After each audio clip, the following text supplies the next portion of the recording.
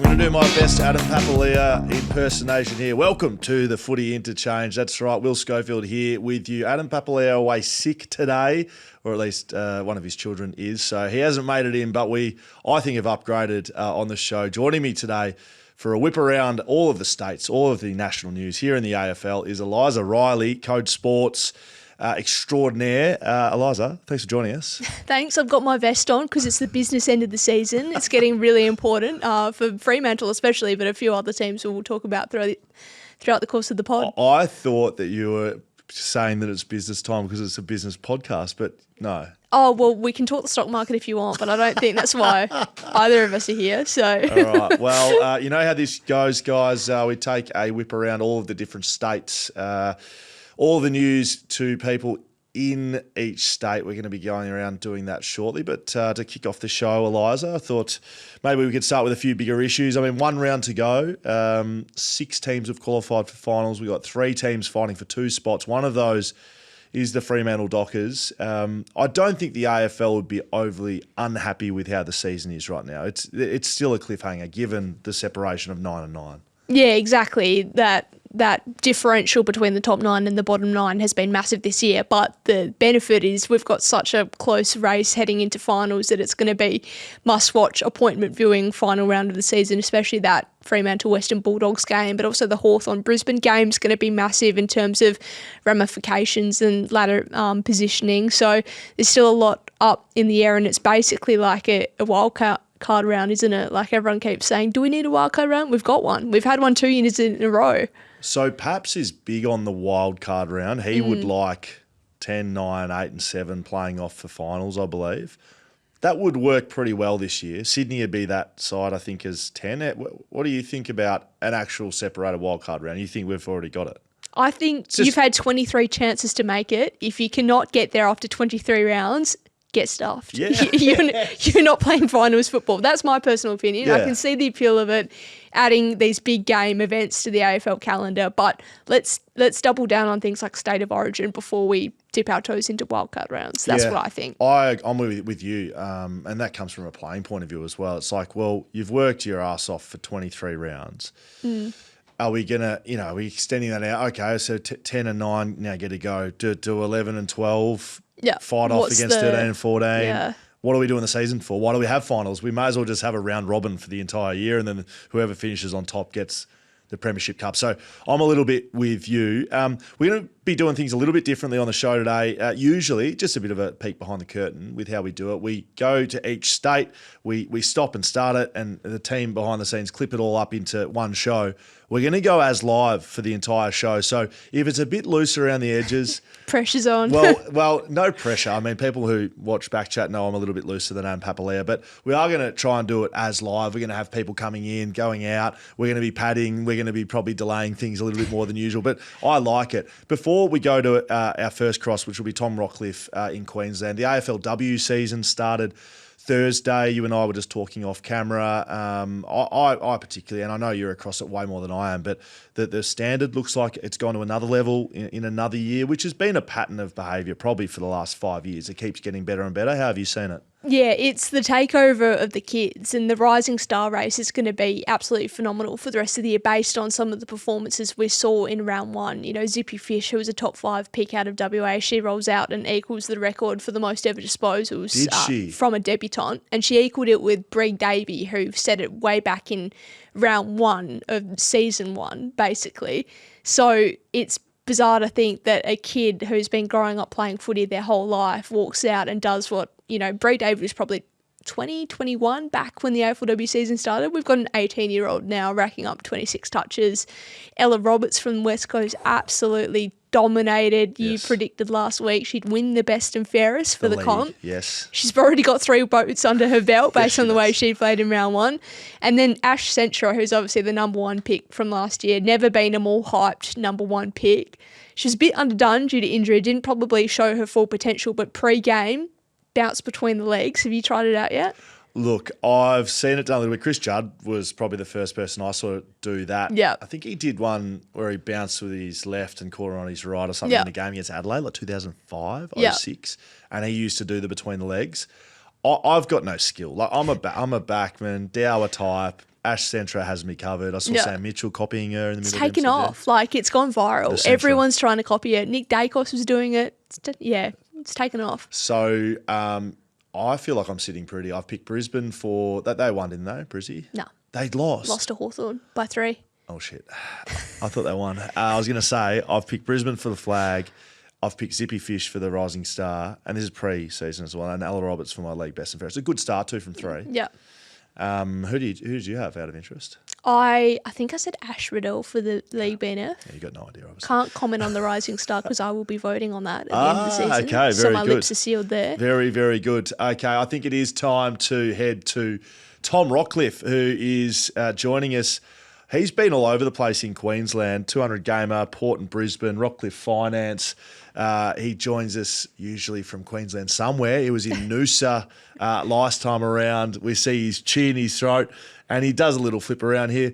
Tom Rockliff, can you hear us, mate? You got us? How we going? Yeah, sorry. When you come in, it just throws the camera around, but got my pretty face in there, Schoey. That's the most important. You're on with Eliza and I today. Paps is off sick. We appreciate you joining us. Doesn't look like you're in Noosa still, mate. You've gone back to home? Gone back home, yes, wet, cold, windy. So much prefer to be up there, Schoey. Very good, mate. Now, we'll get into your topics in just a little bit. I was going to finish on this, but I thought I'd start on it. Tom Rockliff has just been announced as in the Legends game. Have you? What's going on here? Obviously, Rockliff Finance, maybe a little distribution there, and you did dust off the boots. How's the rig and the fitness? Fitness isn't too bad. Rig's not good. Can't run. I can only run in straight line, so I think I'll be okay in that game. I didn't go and chase the bucks like someone else that did the Carlton draft. I just decided to play for charity and give back. So that's my avenue. The way I think. I know others are a little bit different, Right.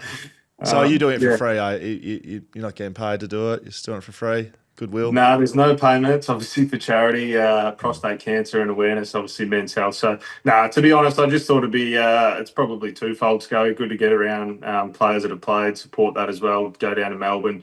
You never know. As you just said, Rockliff Finance may open a few doors as well, so we'll wait and see. Very good. I hope you have 30 and kick 5. That'd be unreal. What do you want in the second half? Very good, mate. Now, you must be a little bit up and about, surely, given what Brisbane did to the Dockers over here. Talk to me about their best, because I think we saw that in person over here in Perth on Friday night.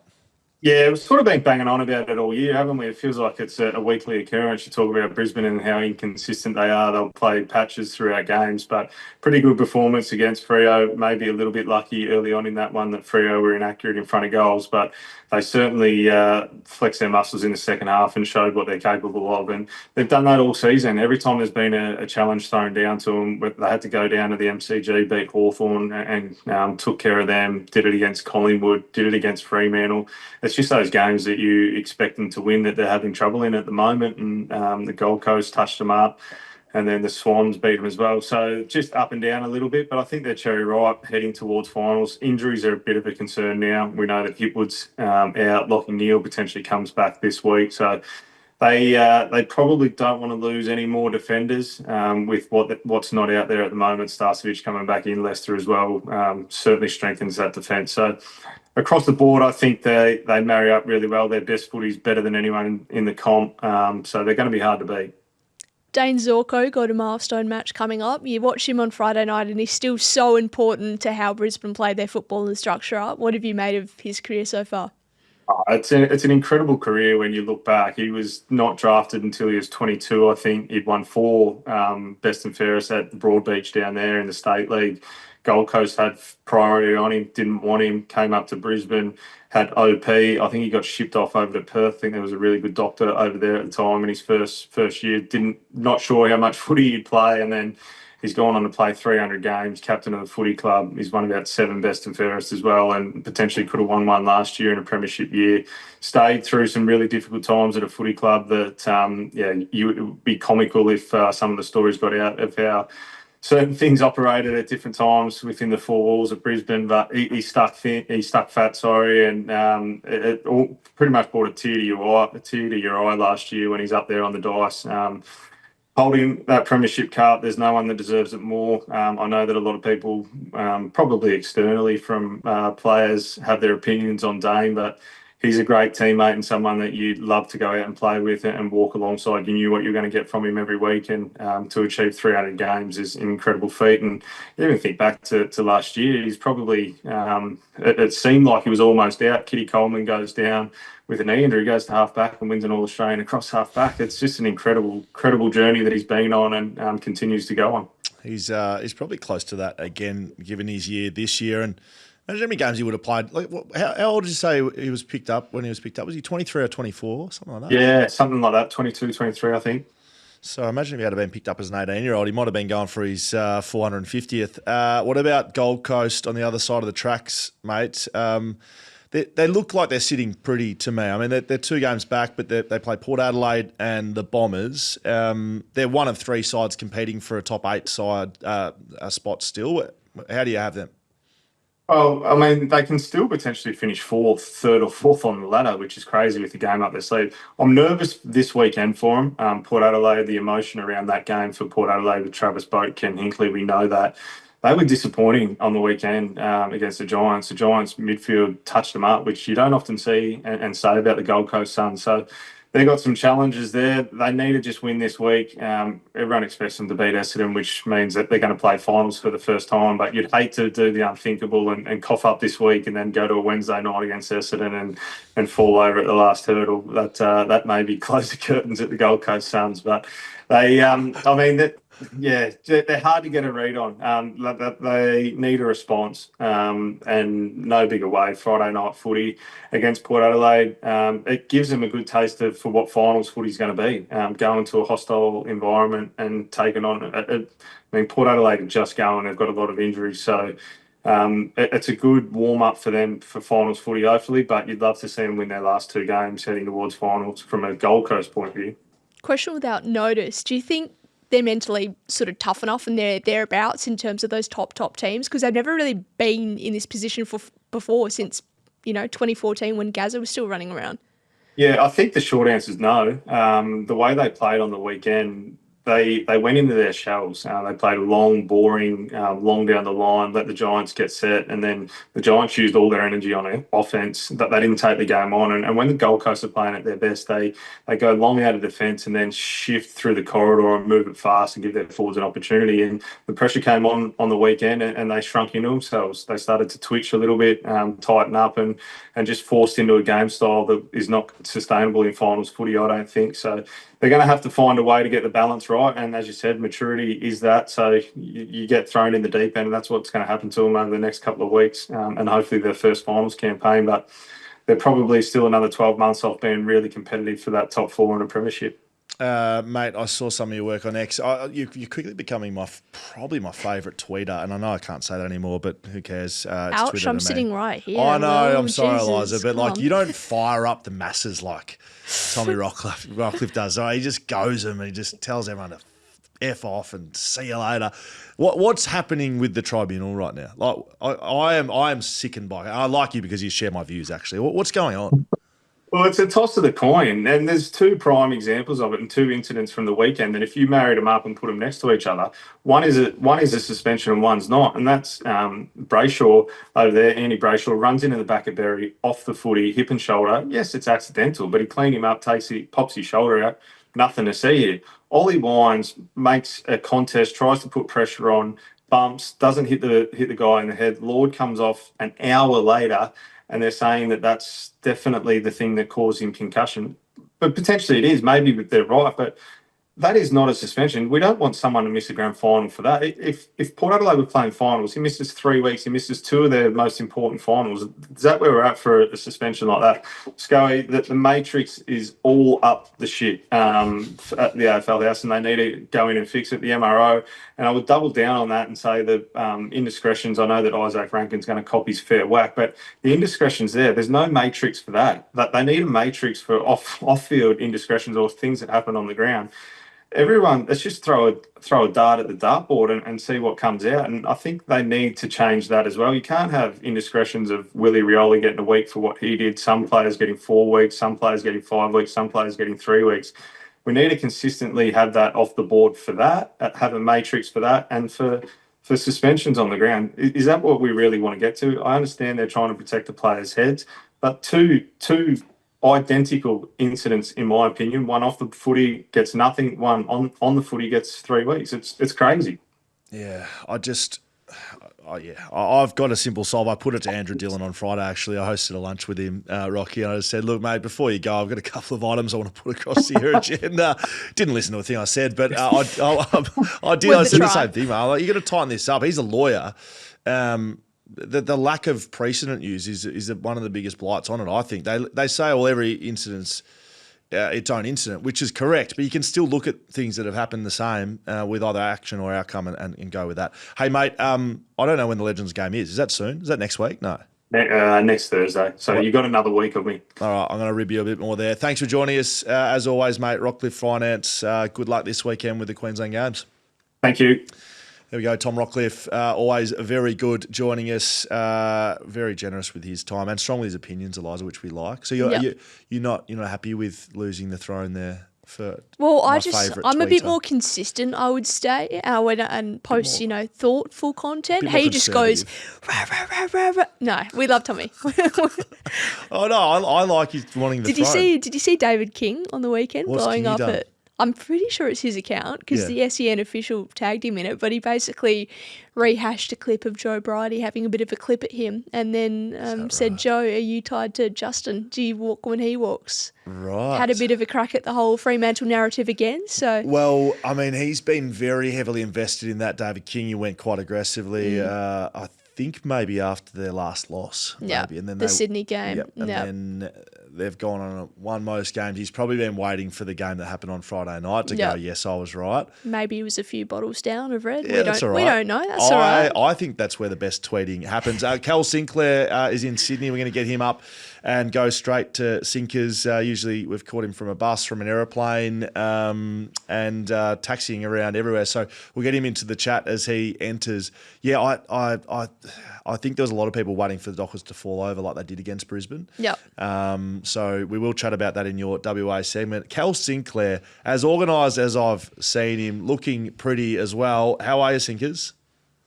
Going well, guys. Thank you very much for the for the compliment first up. And I did see your text, William. So the whole party's got it loud and clear. More organisation from all of us. Yeah, well done, Cal. You're here with Eliza and I today. Adam Papalia is off sick. I'm going to mention every guest that comes on because I'm having to do the heavy lifting and host what's going on. Mate, tell us what's happening on your side of Australia. The Giants, I watched this game. They looked very, very good against the Gold Coast Suns.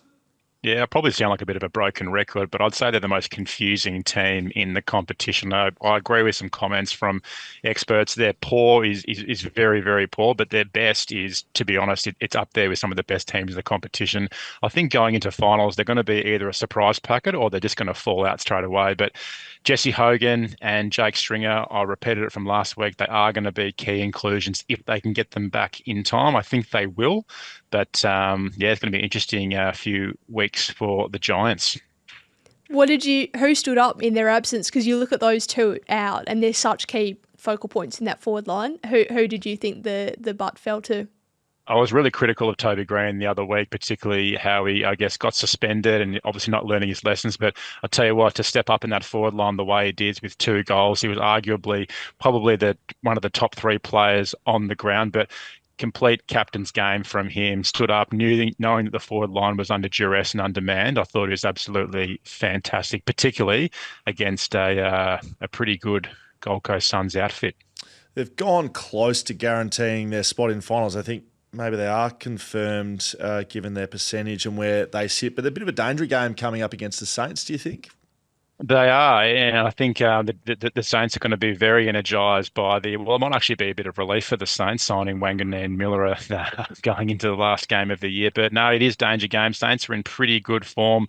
They're running hot at the moment, but I think momentum is crucial for a team like Giants. They are undermanned in certain parts of the ground. They haven't got great depth within their midfield, so crucial game to win and bank before September. And what about Simon Goodwin, obviously the former coach of the Melbourne Demons? A bit of talk he's making the move to Sydney. What's your mail on where he might end up if he does want to stay in the AFL industry?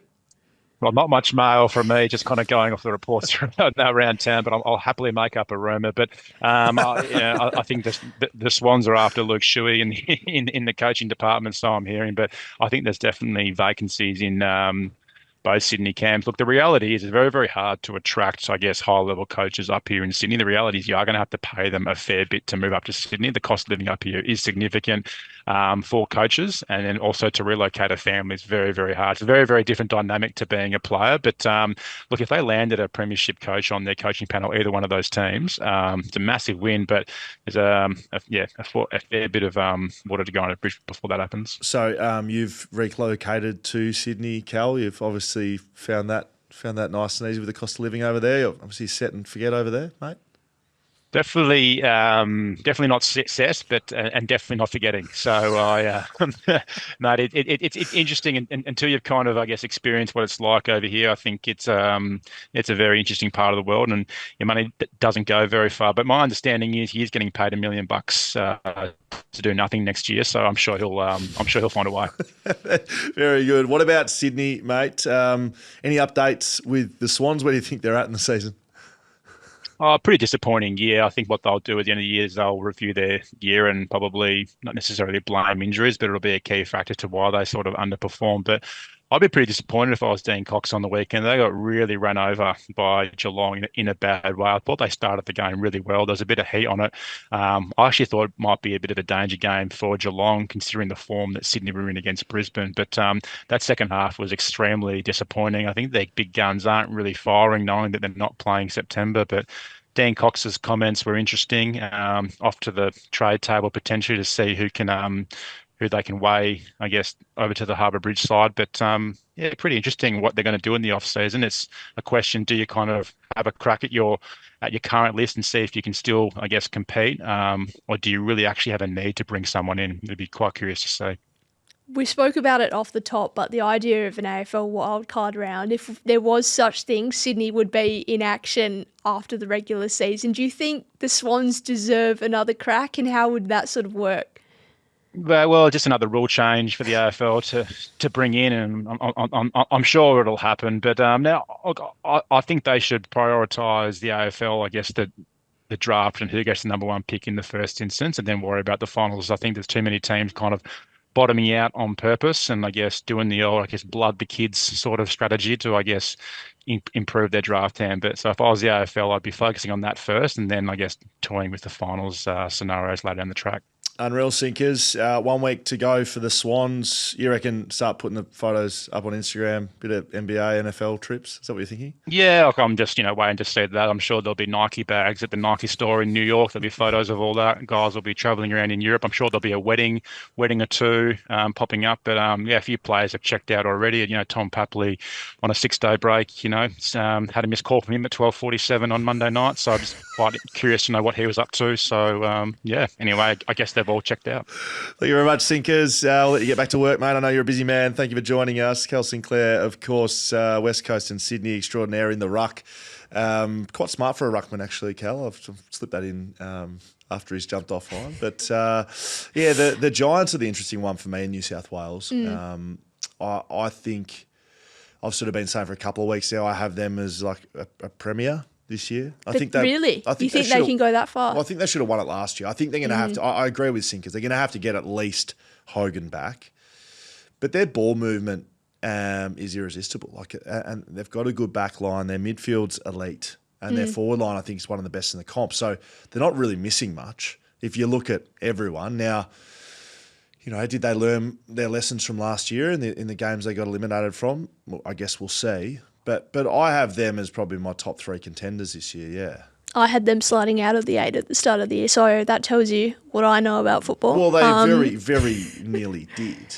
Yeah, this is a few weeks ago. They looked really in danger, but they've steadied the ship, got a few key players back, and then they've responded to missing a few. So it's looking, pretty good for them, but we'll wait and see what happens this weekend and where they finish up on the ladder. Yeah, if you're interested in my other 2, the Dockers are one of them. Yep.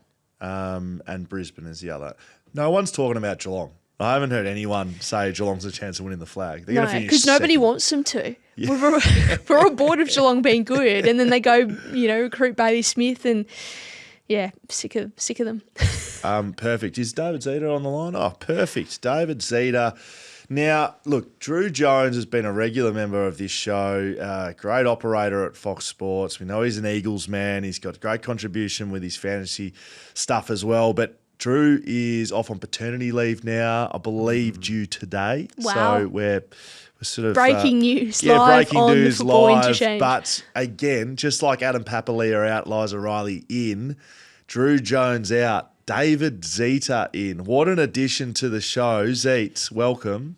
Oh, it's good to be. The due date was 2 days ago, Schoey, but I'm not going to hold you too much to it. But still no baby as yet is what I've been led to believe, because his lovely fiance Isa is posting photos of pasta and swimming pools. So I don't think they have had the child as yet. I thought you were maybe saying that maybe it was just a chance for Drew to step away from work maybe a couple of days early. But well, he never misses a chance to do that. So he's certainly enjoying his time off.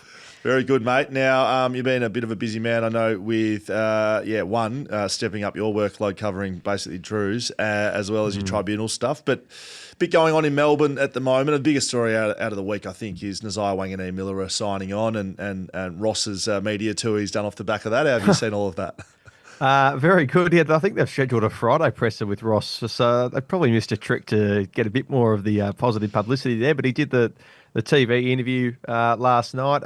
When the news came through in the office yesterday, there was obviously a fair bit of buzz around the office. That once we read that he was staying put, so everyone's been waiting on it, and it's been a big call. And I feel like 90% of people would have thought he was leaving, given how long this has taken. So for him to stay, albeit he's certainly being rewarded handsomely for it, big call, especially leaving that amount of long-term security on the table and backing yourself in for 2 more years. So can I just ask around Tom De Koning? Like it's being like reported, and I see everywhere that they're going to have to pay bloody 20% of their salary cap to 2 players.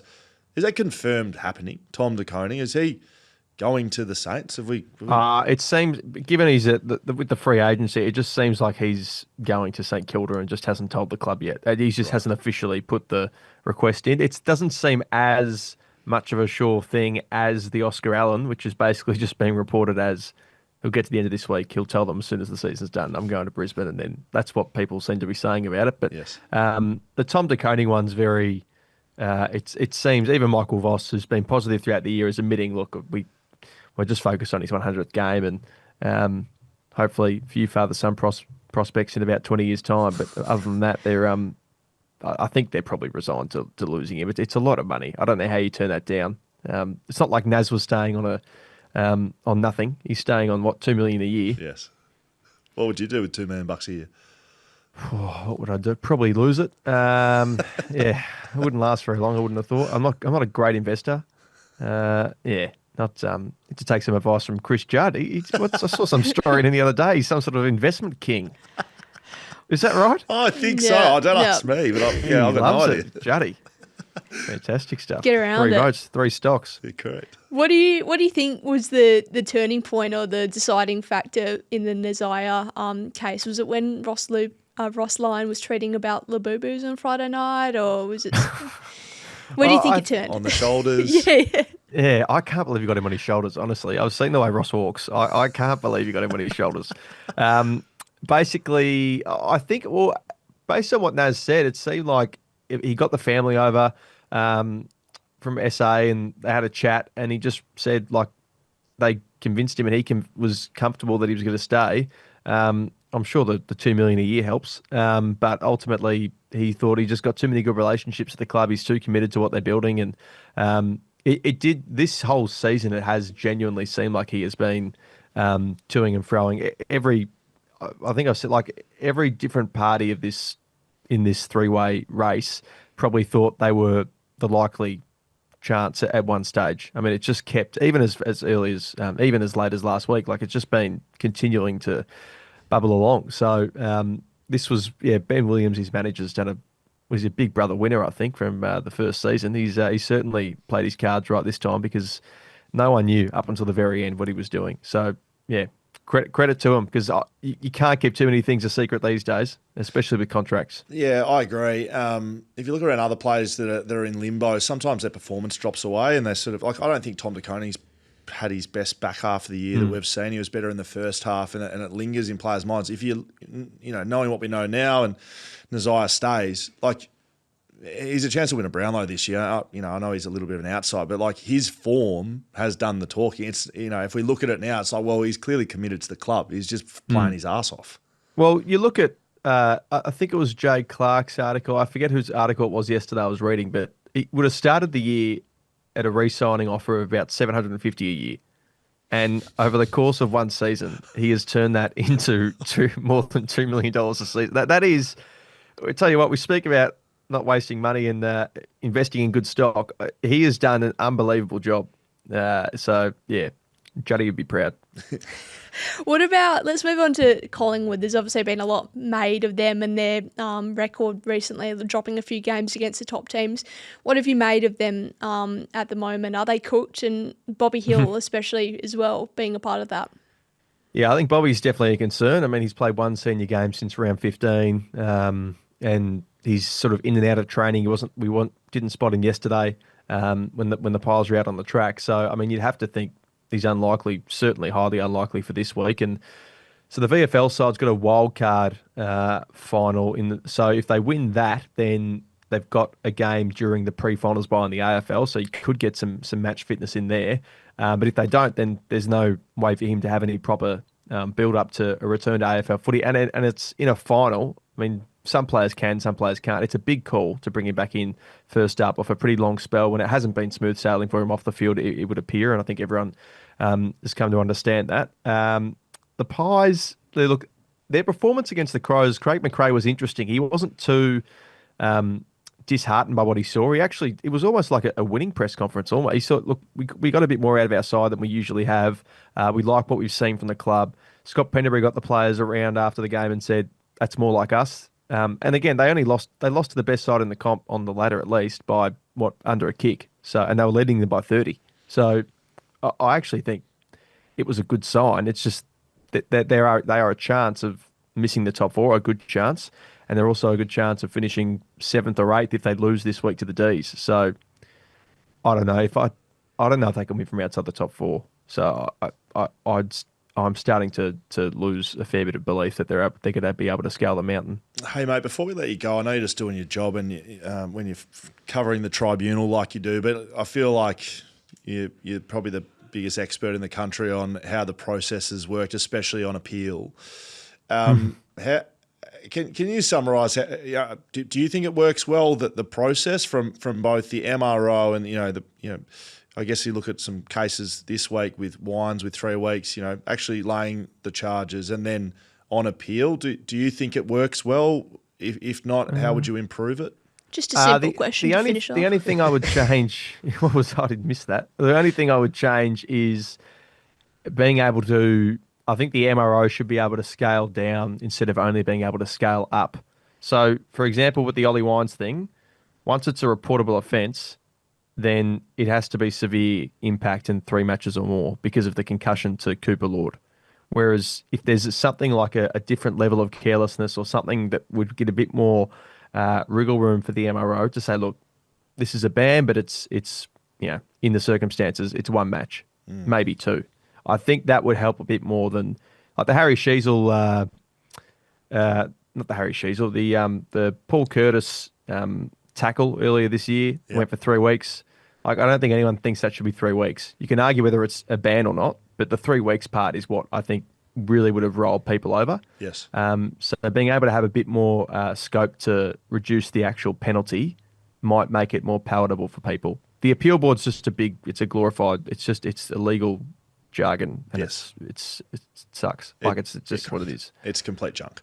Yeah. That you have to sit there. Have you got one of those tonight? Is there I've got 2 of them, yeah, because Ollie Wines is repealing even though the season's over, and we've got Alex Davies. So they've got 2 games left. Just give them a rest. You've got a long break, but no, well, let's spend 10 grand. So it's good. Yeah. See, Liam Duggan looked after you last week. He just said, you know what, 2 weeks ago, 2 weeks. There we go. I like him. I don't know anything about him, but he's He's in my good books now. He's the captain of West Coast. So No, personally, I meant. Thank you, Will.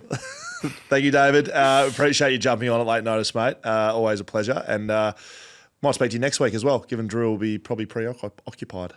Yeah, I'm sure he will. I'm sure he'll make time for the podcast. He enjoys work and getting his face on camera, so hopefully he comes on soon. Thank you, David. Thank you. There we go. David Zeta, Fox Sports News, Fox Footy, where he does his great work, and he's been a good contributor so far this year. One, sledging Drew Jones, but two, giving you some stories across Melbourne. There's a fair bit going on in Melbourne, obviously, at the moment. Probably one we didn't touch on there was Jamarra Ugle-Hagan. Yeah, what's shooting? Oh, mate, I'm all for, innocent till proven guilty and luck and unlucky, all that sort of stuff. But when it starts to mount up and there's incidents, there was another There was the carjacking. So enough of those mount up, and the fact that he's not even at the club training. I mean, he just seems to find himself in precarious situations, and there's a history of that now, unfortunately. Yeah, you can't look at that and think, well, that's just luck when it starts mounting up like that. So I've seen Matty Lloyd be really strong on him and his future, saying that he don't think he'll ever play AFL again.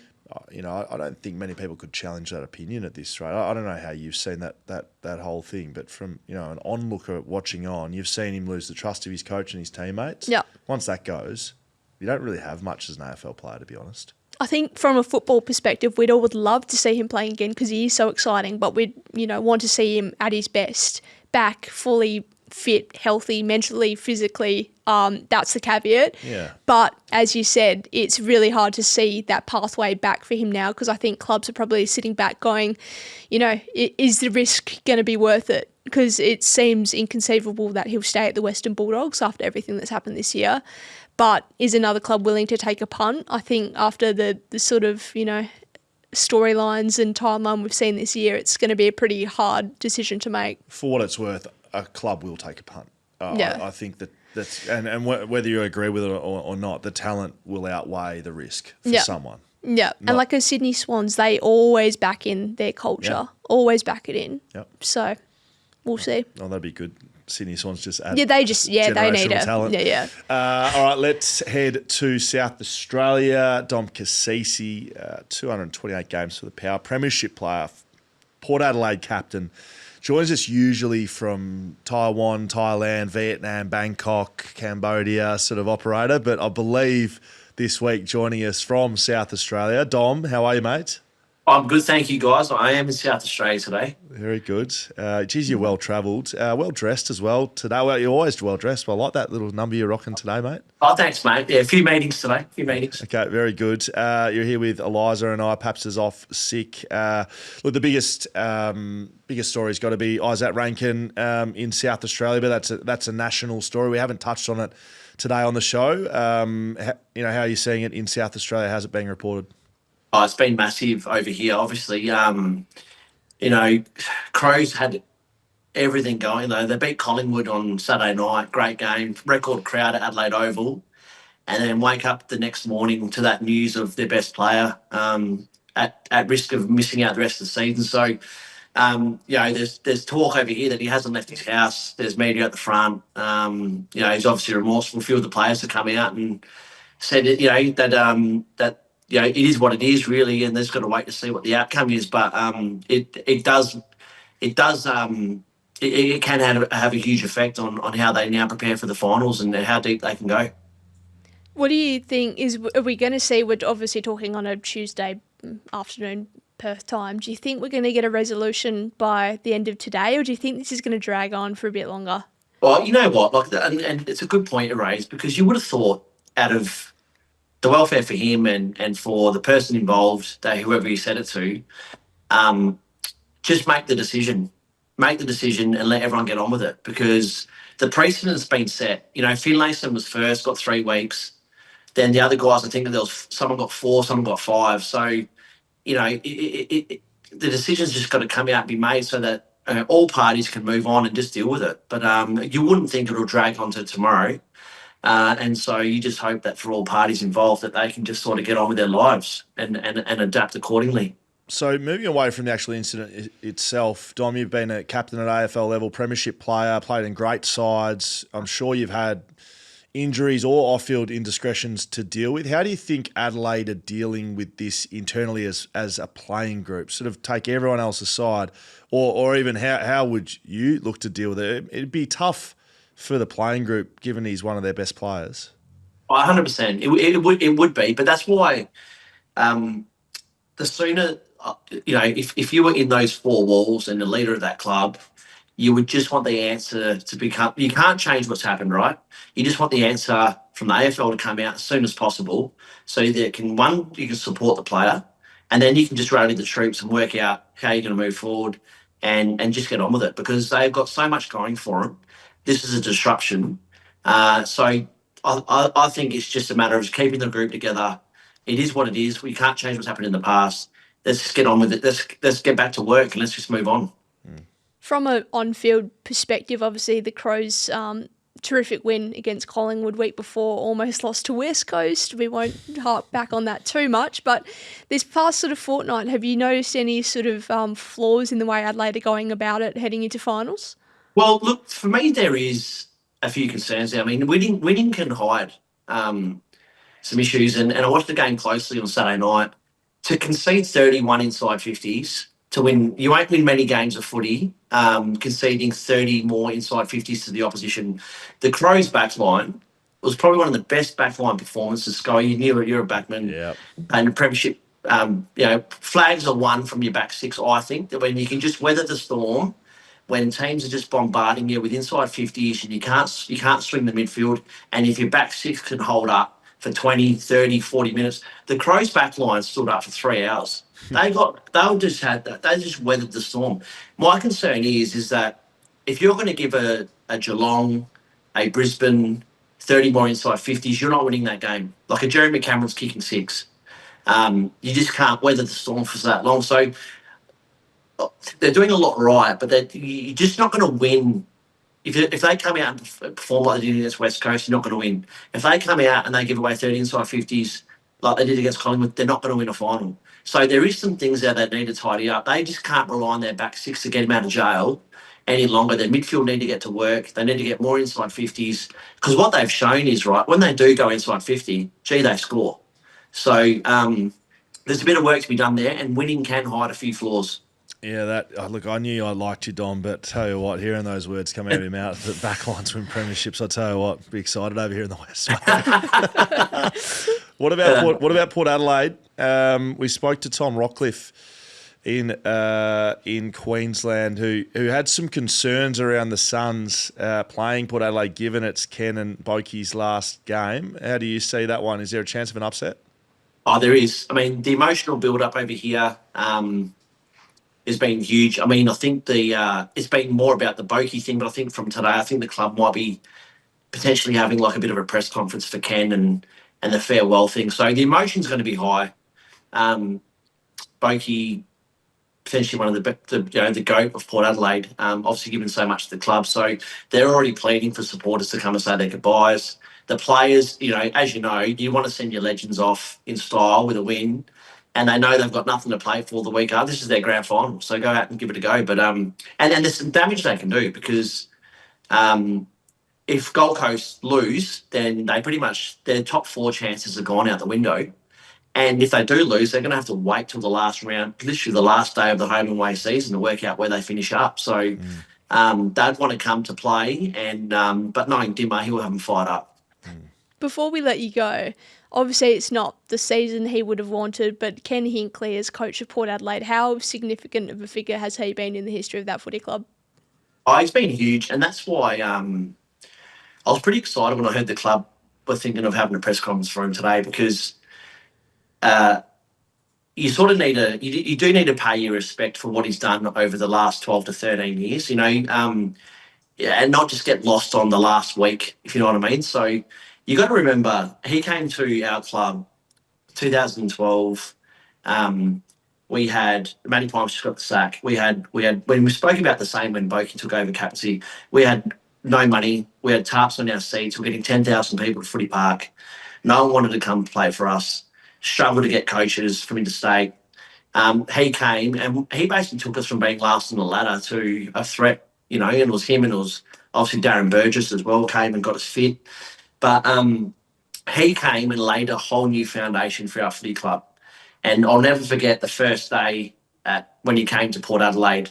Actually, it was the second day. The second day we rock up to the club and the CEO and the team manager's gone, righto, in the lecture theatre, whole club meeting. And so when that happens, Schoey, you're like, someone's been done drink driving or someone's, like, you think... Who's getting sacked? Get sacked or something like that. So we walk into the lecture theatre and Ken's standing there in front of the playing group with an empty toilet roll, like toilet roll. And what's going on here? So he's gone, and so I'll never forget it. He's gone, you wonder why you guys are on the bottom of the ladder. Bunch of selfish individuals. Someone's gone to the toilet and not replaced this. What, you're waiting for the volunteers to do that, are you? And you're wondering why you lose games of footy and you don't do the little things. He goes, guys, if you want to get anywhere in this competition, you've got to do all the little things really well and you need to respect the club, and this is not going to happen again. And so that was like, it sounds simple, right? But it was what our group needed. And then about 3 days later, he's gone, boys, before you leave today, clean out your lockers. And no one did. So we rock up to training the next morning and everyone's stuff from the lockers are in a big pile in the middle. And he goes, you've got 30 minutes to get rid of it. It's in the bin. So just some examples of how he changed our culture about just doing the little things right around the club and then working hard and doing this. And then you build momentum as a group that no one can really shake. And he took the club to prelims and we didn't make the grand final, but I reckon he got the most out of the playing groups he had. And there's a lot of respect for how he turned our club around. Yeah, a lot of external respect as well. I know he worked hard at Bell Park, at Geelong Way, and I always used to look at him and he just seemed like a good coach. His players played for him, and it looked like they've done that pretty much till the end. So great insight from you, Dom. Have a great weekend, mate. Hopefully you're calling the footy somewhere, and we'll catch you next week. Thanks, guys. Thanks to both of you. Have a good one. There we go, Dom Cassisi. Good insight there, because you never get to hear why coaches are good. To be honest. You see the wins and losses. And people talk about the tactical stuff, but that culture from the ground up, it's just something you never get to see. Like, people will reflect on Ken Hinkley and say, well, he didn't win a premiership. But clearly to me, given how competitive they were for such a long time, that's a good coach. And he's an entertainer. Yeah. He makes us laugh. He does rain dances. He does crazy stuff on the sidelines. Yeah, he's a personality. The emotion that he showed, I reckon he's one of the more emotional coaches we've had. Yeah. Like over the on last the weekend year. When he said, I'm kind of sick of it. I'm kind of ready for it to end. Like, that's a very honest reflection for someone who's about to play a coach's final game at the club. So do we think that he won't be a head coach ever again? You can never rule anything out, but it seems like he's more eyeing off those head of football admin roles to potentially, take that pressure of being the guy, the person, playing a bit more of an off-field role. I reckon he would be an incredible acquisition for someone. I think he was linked to Melbourne in that sort of role, maybe. Carlton as well. Yes, there'd be a fair few clubs, I reckon, looking for his services. Steve Gravina joins us on a Tuesday as well. Gives us great updates in the health and fitness and wellness and injury space. Frontrunner Physiotherapy, Osborne Park is where Steve operates out of. He's an absolute weapon. Was my physio at West Coast for about, I reckon, 12 years in the end. I feel like as a player I didn't really give him much work. I was a pretty well acquired injury-wise. Steve, can you confirm that, mate? Welcome. Thanks, mate. Yeah, you were pretty low maintenance. At times towards the end of the career, I think you might have become a little bit more needy, but overall, I'd rate you pretty good, mate. Is that right? What do you mean needy? What, like rehabbing from surgery when I had an elbow done and I got back to play within 9 days? Is that sort of what you're talking about, or what's any specific examples? I think sometimes you just needed someone to talk to, mate, at times. Just gave those calves a rub to make you feel good and get back out there. I always used to. Yeah, that is actually right. I didn't need to be treated at all, but I used to make sure my name was up there because he'd give me half an hour on the bed. Now, Steve, we want to get through a few issues to start with. Brisbane, we saw them here Friday night. They haven't come out of that game completely unscathed, though. We saw Jared Berry with a pretty visual shoulder dislocation. It was still out the last time we saw him. And Eric Hipwood, perhaps a calf as well. So they're two big issues for the Brisbane Lions. Yeah, not good. So, yeah, Jared dislocated that left shoulder. It was out for an extended period of time. Hopefully the docs were able to get it back in downstairs. Sometimes you need a bit more assistance with some pain medication or the green whistle to really calm down the muscle spasm. But by the sounds of it, scans have come back with no major damage, which is really positive. The risk is dislocation, within the first few weeks after an injury like that. And once it goes out again, then it can become quite unstable, which then, leaves you quite dysfunctional in a game of footy if it keeps on popping out, not to mention the pain that it can induce. So, the question becomes, number one, how can he function this week? Number two, how important is he to the team? It's like every game's a quasi-elimination final at the moment for most teams in the 8 at the moment. So, it's a big game. I'd imagine they'll try and test it on Thursday, Friday before the game, and gets through. He'll probably play. He might be one to look at subbing late in the game if he gets through it for an extended period and the game looks to be sewn up. But then on the other side, Eric Hipwood, disappointing that he sounds like he got injured midway through the game and had to play on the dodgy calf for the second half of the game, which unfortunately would increase the bleed a little bit and potentially has sort of exacerbated the situation for them. By the sounds of it, they're saying a 3 to 4 week injury, so it's a fairly decent grade calf injury, which makes them unavailable until the pointy end of the finals campaign if they're still there. So that always brings high risk bringing someone in who hasn't played footy for a month going into a possible prelim, but that's a situation they're going to have to face if they get there. But yeah, their casualty list keeps on mounting. Looking locally, Hayden Young basically declared himself a certain starter on radio before the game last Friday night. But what I found interesting is he said that he's confident in his ability to impact games, but not in his body. Where do you think he sits within the team, and especially with Fife being underdone as well? Yeah, it's really tough. I sat here last week chatting to you guys about this exact situation if it came up. Like, it's a massive risk to take in 2 guys who are, really fragile. I know you do have a sub to potentially call upon, but in a game where, the stakes have never been higher, if you've got 2 guys who potentially go down at any point, then you're left in all sorts of trouble. So you've really got to have a good look at what he's been able to do in the past week and how quick and seamless the build's been for him. If he's been able to tick off all of his signs for a relatively low-grade adductor injury, which you hope he would, then you can put your hand up and run the gauntlet with him. But his chances of getting injured are extremely high in this week. Versus making a really bold call and holding him out, giving him an extra 2 weeks with the bye the following week. But Freo don't really have that luxury. It's sort of do or die this week. So you're probably going to have to take him in. And then the question becomes, how important is Fife to their structure, knowing he's as vulnerable as Hayden probably. Got through on the weekend, but your risk profile is extremely high for the first month returning from injury, given his sort of risk profile of the veteran athlete with recurrent soft tissue injuries. So I wouldn't want to be sitting in the other high performance seat right now at Freo. So just say you were, and you made the decision to play both Fife and Young because it's a do or die final, and we've spoken about that. Just sort of picked up on something you said there. Do you think that maybe it would be better to start them both and have a fit player as a sub rather than have, I guess, one of them on the field? You've got like another injury-prone player waiting to come on, and would it be better to go, let's just try and get on top of this game early and then hopefully we can sub one of them off?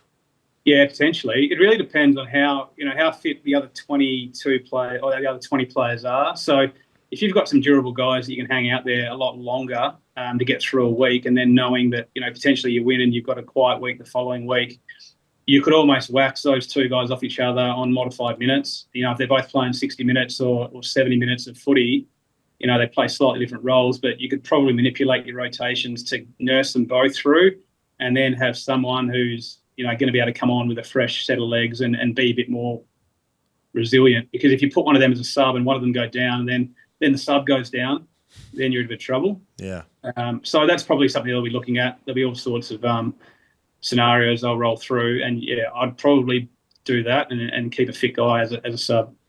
Just on Fife, obviously he was sub on Friday night. literally spent like a whole quarter warming up one-on-one with the physio. What does that sort of tell you about where he sits with his confidence in his body and ability to actually get on the field? Well, yeah, he's not super confident, but he's obviously had the exact same scenario bite him in the butt before, where he was a sub, he came on in the third quarter or didn't come on in the end, like did his having the warm up, trying to get himself on. So he's obviously taken a much more measured approach. I'm sure that was pre-planned with the medical team. He's gone through an extended warm up where he's probably gone a lot more conservative to start with, and then used a full 30 to 40 minutes to progressively build himself up. And that may be a bit different to what he did last time. So, that would be his pre-game warm-up. If he does play in the 22, and if he does come on as a sub again, I'm sure he'll try and do the same thing if he's got the time and an opportunity to do it. But, yeah, he's obviously not super confident in his body, and, the evidence of injury sort of recurrently would show that. But you've got to, have a crack, and that worked for him this week. So hopefully, he gets through another one. Finish on a pretty nasty one. Nick Vlosten from Richmond, fractured ankle on the weekend. Never pretty. Reminded me of Warren Kofed going down due to an errant floater on the MCG before a big final at the West Coast Eagles a number of years ago. Yeah, you're referring to our former high performance manager at the footy club. It was actually before my time, mate. I only hear stories there. But I'll finish off with that. Tell us about Nick, and I can finish off with Warren's story. Yeah. It looked really bad. He obviously came from a height, going back with the flight, landed on a pointed foot.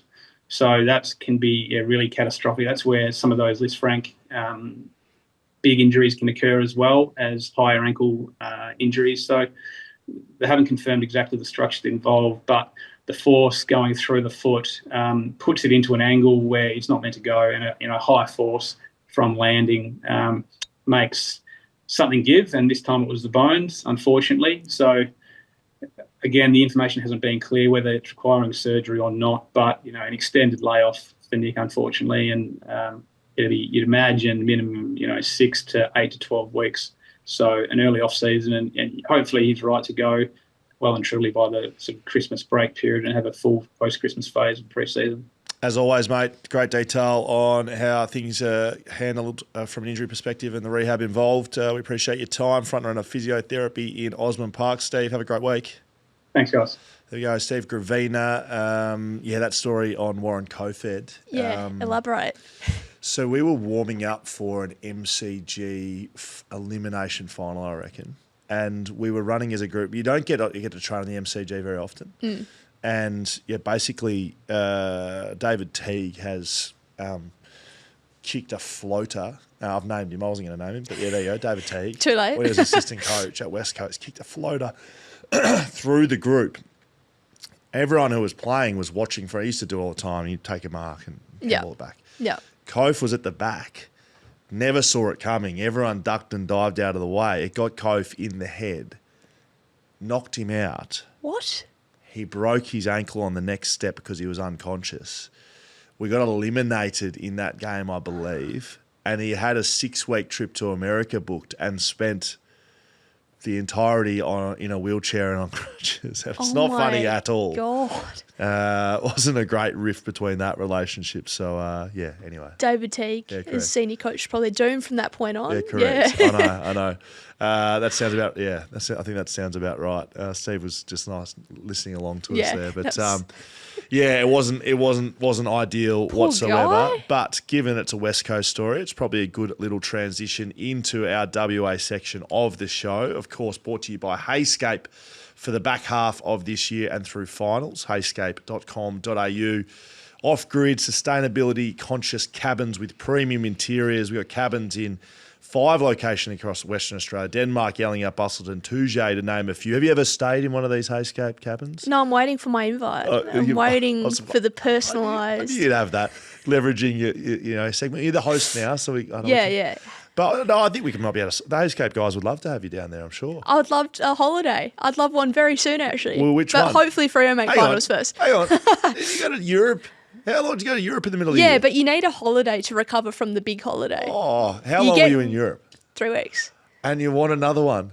Yeah. Oh, the more the better, Schoey. All right, well, which one? Denmark, yelling up, Bustleton, or Tuesday? Well, I'm eyeing off yelling up, I think. All right. Let me Yeah, see what I can that'd be do. my It might pick. not be anything, but I will see what I can do. Heyscape.com.au. Go and check it out. I think the winter discount for $150 off your stay is available still on their site. So jump on there and beat Eliza to the yelling up property because I don't think I can get it for you. But, who knows? Jump on and have a look.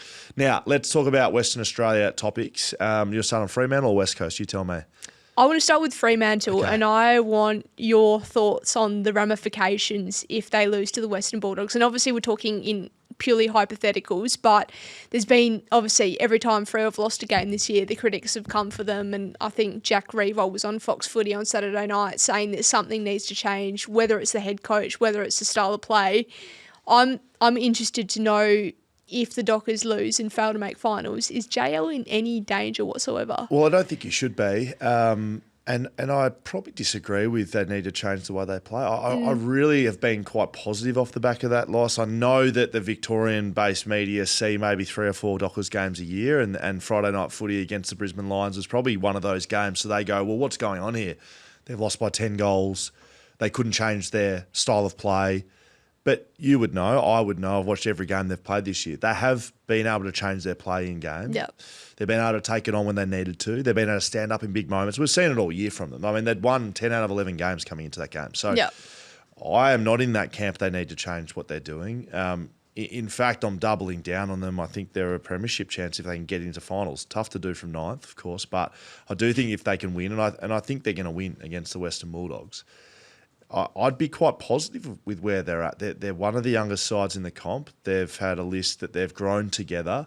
I think shifting the coach out at this point would be, I won't use diabolical, but I think it would be a complete reversal of committing to what they're doing. Like, what do you think? Don't worry about what I think. What do you think? I tell everyone I think every day. I think he's safe, and there's a few, obviously, mitigating factors this year. Like, if they did miss finals, it would obviously be disappointing, and you can look at it 2 ways, that they should have taken their chances. They shouldn't have lost those ridiculous games to St Kilda and Geelong early in the season by that much. They had a slip up against Sydney. If they'd won that game against Sydney, they'd be sitting in the top 4 right now, in round 2, whatever it was. So is this like, though, if my grandmother had wheels, she'd be a bicycle? Yeah, exactly. Like, we love hypotheticals. Yeah, correct. But basically, there's been, I think, enough mitigating factors that he should be safe as houses. Like, they, have had key injuries to key players for long parts of the season. Like, Hayden Young's barely played, and he's their X factor in the midfield. Jago Mira had a big stint on the sidelines. Who's been good since he returned. Who's been really good since he returned. And the fact that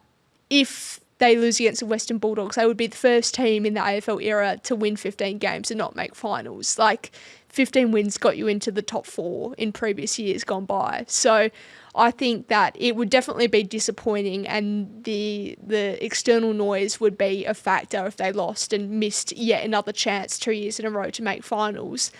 But at the same time, they've improved their footy. There's lots to like about the years going forward, and I think they were maybe Fremantle are the team that no, other way around. Adelaide are the team that everyone thought Fremantle was going to be this year. Yes.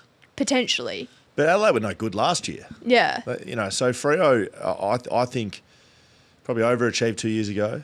Yeah. Last year underachieved. This Yeah. year they're about where they need to be. Yeah. And potentially, being able to challenge. The team that they play this weekend, I might say, with this do-or-die final, effective final, the Dockers have had 5 instances of these in the last 20 years where they've got to win to make finals. I saw that. And they haven't won one. Yeah. What about the Western Bulldogs? 2019 had to win on final Sunday to play finals. 1. 2020 had to win on final Sunday to play finals. 1. 2021 final round decided if they made top 4. They lost that game. 2022 had to win on final Sunday to play finals. 1. 2023 final Sunday decided if they played finals. 1, but they missed because of someone else winning. 2024 had to win on final Sunday to guarantee finals. 1. 2025 have to win on Sunday to guarantee finals. It's not a good record if you're a Dockers fan. I don't like that. I don't like that one bit if you're a Fremantle fan. No, I know. So, I have them winning. I'm being quite positive. I think they'll learn a lot from that loss, and I think JL will be fine regardless, and I think he should be.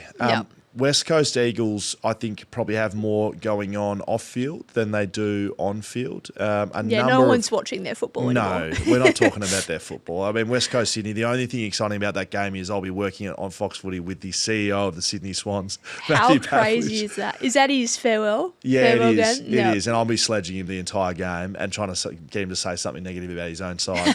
but it's no different to Eddie McKay. I mean, you know, people are saying, I can't believe he's working. It's no different. He hasn't officially started yet. No, but Adam Simpson was the coach of the West Coast Eagles for 10 years and he works West Coast games. And players who have played for teams, I mean, it doesn't, I don't think is a big deal. However, West Coast off the field, 3 players I want to talk about, Oscar Allen, Liam Ryan and Harley Reid. Liam Ryan feels like the most prominent, I think, out of those 3, given the other 2 are probably, staying or going. Liam Ryan has been linked to St Kilda. Yep. Some media going with he is going to St Kilda. Deal has been done. Yep. Any updates on that? Well, Young Guns Talent _ on Instagram has had something to say about that because there were, as you mentioned, some reports floating around that a 4-year deal has been put on the table for Liam Ryan. Young Guns Talent has posted a picture of Liam Ryan, their client, and said 4 years at St Kilda, ...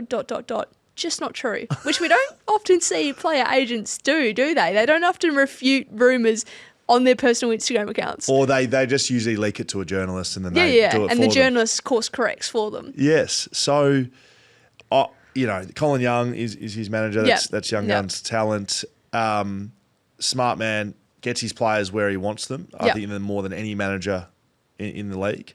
So usually when there's a player moving, there's more than likely chance that he's been represented or is represented by Colin Young, or there's someone else in the deal represented by that stable. But I agree with you, but it does take 4 years at St Kilda, just not true. So it's the 4-year part. It's not the link with St Kilda. It doesn't say Liam Ryan to St Kilda, just not true, does it? It's Liam Ryan doing the shushing sound as well, which is very funny. So it could still eventuate. Harley Reid, I've had a number of people message me today, and you would know this, being a journalist and a news breaking one at that. You get to the bottom of some very good stories, don't you? Or do you not? No. Yes, you do. You do. You know how this works. You see, there's a few text messages floating around. I've had 3 today. 3 saying, can you confirm or deny Harley Reid is signing his contract today? Today. So Yes. at the club, Nick Geeshan's there. Well, I don't know. You don't have to have Nick Geeshan in person, do you? I don't know. I Can't don't we know how do these electronic things work. signatures? Surely. Yeah, I mean, we maybe. don't have to have it be in a room and a contract announcement. Well, it'd be good for social media. Well, to so do it that I way. am doing the journalistic stuff here today. Eliza Reilly, can you confirm or deny that? Well, there's a lot of talk that it's done or it's on the verge of being done. Right. There was obviously some talk about a St Kilda godmother deal last week, godfather deal. Godmother.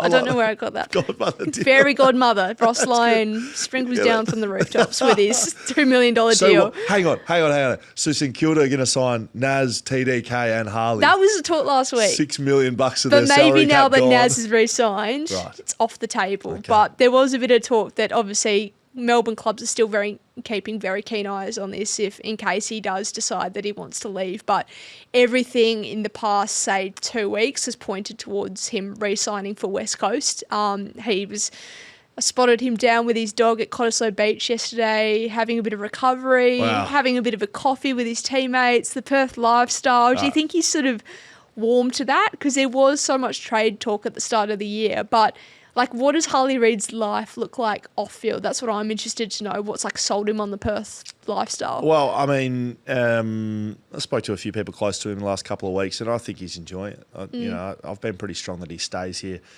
Only because, surely, I'm definitely not Harley Reid or number 1 pick and have no scrutiny whatsoever. But I can guarantee you the Melbourne scrutiny will be far greater than it is here in Perth. Now, yes, it's magnified here because there's 2 teams. But also, I just don't think people in Perth care as much as people in Melbourne about footy. People are happy to have him down at Cottesloe and having a coffee. And people are so, there's Harley. But yeah, once you get out of the bubble here in Perth, no one cares that much. I mean, we tell ourselves, given we're in the industry, that people do. But realistically, people love the weekends. They love their team. They love having a chat about it. But in the end, they're not living and dying by their teams like I think they do in Melbourne. So I think staying here would be a smart thing. He can basically have a monopoly of any brand deal in Western Australia for the next 15 years. And he's already got a few. Yeah, correct. Herdsman Markets. Yeah, correct. He's plugging them the whole time. But he could do whatever he likes and name his price. Yeah. In Melbourne, you're not doing that. You're competing against Bont and Dacos and everyone else who's in Melbourne. Yeah. It's just a Harley show over here. I'd be staying here and locking himself away for 10 years, and I think they're considering doing that, him and his team. Last one for you. I've spoken about this on the Shelter Footycast. Nat Fyfe's send-off. How did you see that one, the Freo Footy Club, putting on a show for their champion after they lost against Brisbane on Friday night?